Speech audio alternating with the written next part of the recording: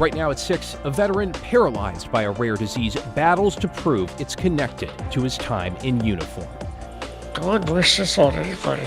Tonight, KGW investigates why he and many others have been denied benefits they say they earned. Then, the new laws meant to level the playing field for Oregon families trying to buy a home. We are making progress because we are putting everything at it. Plus, because that's kind of the backbone of our local economy. The key factor that may be helping some Portland businesses thrive while others seem to struggle. And later, we've got all the hype as playoff basketball returns to Rip City for the first time in 5 years. Yeah, I'm really excited and optimistic about the rest of the series. But first, here at 6, a KGW investigation into military veterans who fought for their country are now fighting for medical benefits that they desperately need. Thanks for joining us. I'm Christine Pinawan. And I'm David Molko. Investigator reporter Kyle Aboshi spoke with a Southern Oregon veteran whose fight with a disease has now become a fight with the VA. Kyle? The disease is called inclusion body myositis, or IBM. We found service members across the country are being denied disability benefits for this rare and chronic muscle disease. This is a picture from a long time ago. Let me see where Greg is. Right here. For 21 years, Greg Rathburn served his country. Back in that active duty time. The photos remember what his body has forgotten. Look at me. Live my life for a day. God wish this on anybody. The 62-year-old suffers from a rare muscle disease called inclusion body myositis, or IBM, a disease that takes and never stops. Now he's not even strong enough to breathe on his own. He has no muscle that can move his arms or legs or anything. His wife Lori does what Greg no longer can. So we need to scoot him back several times a day. Thanks. Greg spent his career in the Air Force and later the Air National Guard. Top gun right here, see? Okay, now I think Greg's at the top. Yeah, Greg's right here. Working on some of the most advanced aircraft ever built. Then, in 2008, something changed.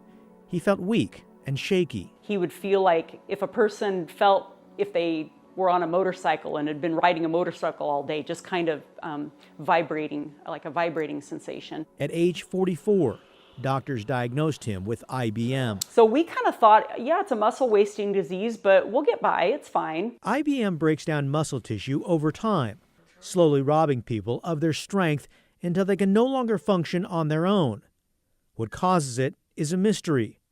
There is no cure. It starts off with weakness in the hands, especially in the grip, and weakness in the upper legs. Dr. Thomas Lloyd is chair of neurology at Baylor College of Medicine. So it's extremely slowly progressive, and that leads to a delay in diagnosis.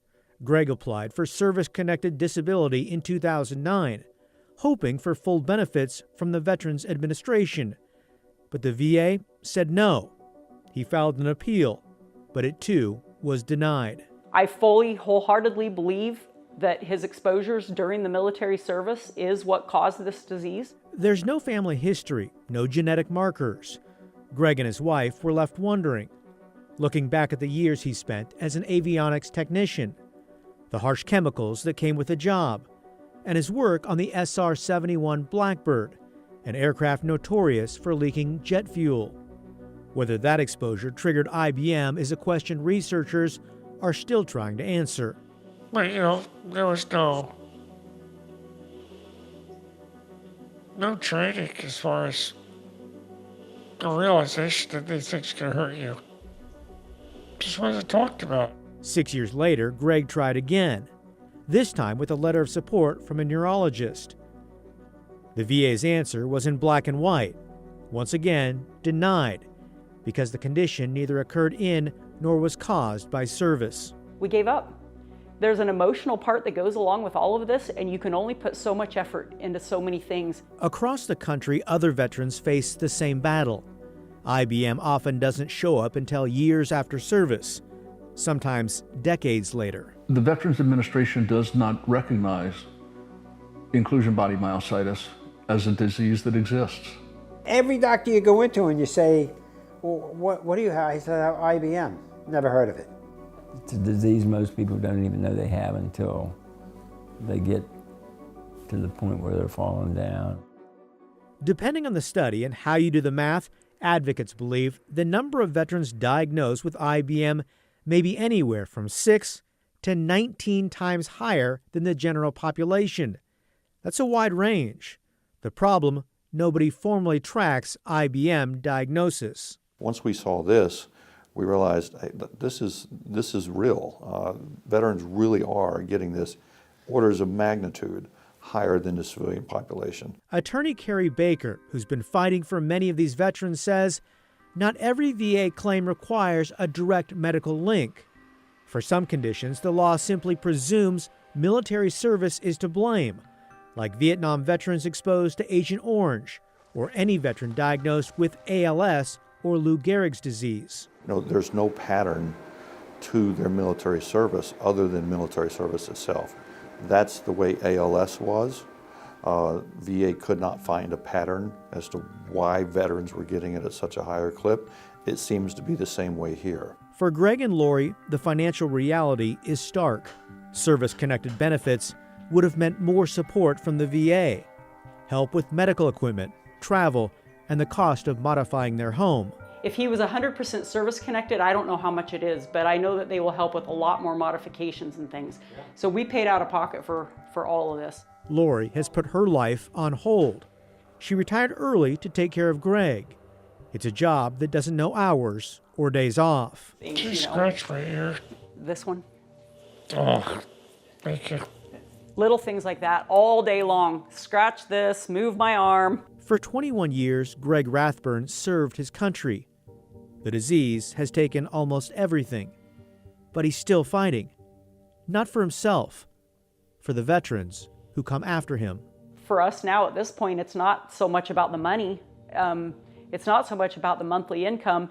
It's more about what he calls it, vindication. It's validation. Validation that what he did in the military mattered. And, to have that supported, like, yes, we know what you did for us and it was important, that's important to him.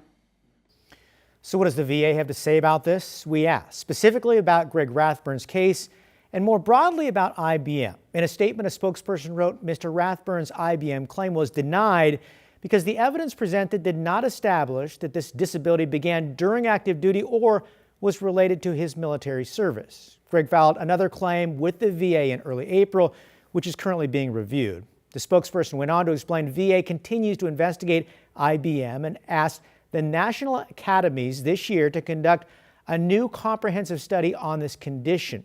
In the meantime, the VA will continue to decide disability benefits for IBM on a case-by-case basis. Such a difficult situation. So, Kyle, what's it going to take for the VA to change policy here? Really a number of things. First, they need to establish diagnostic code for IBM, commission research that formalizes the link here, and also ultimately grant it presumptive status, the same standard already applied to ALS.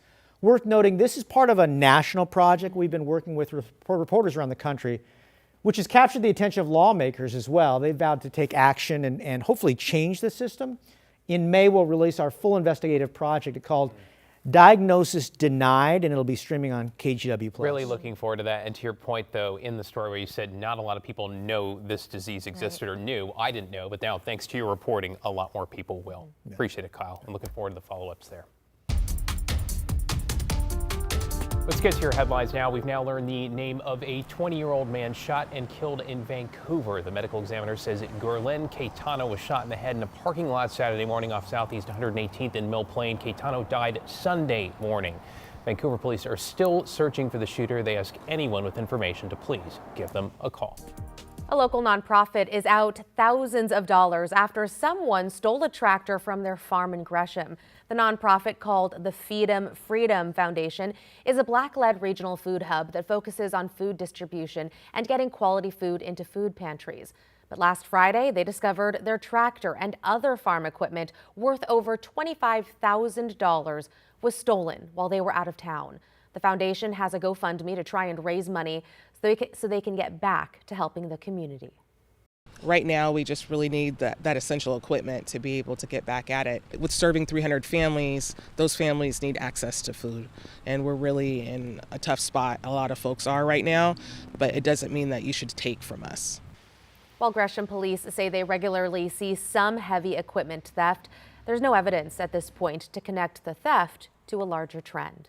And new this evening, State Senator Christine Drazan is showing a clear early lead in the Republican primary for Oregon governor. That's according to a new poll first reported by OPB. The poll by Nelson Research asked voters if the Oregon primary was held today, which candidate they would choose. 31% said Drazan, 15% so State Representative Ed Deal, and about 15% said former Trailblazer Chris Dudley. We should note another 30% said they were undecided. The poll has a margin of error of 4.3%. The Oregon primary, of course, is Tuesday, May 19th.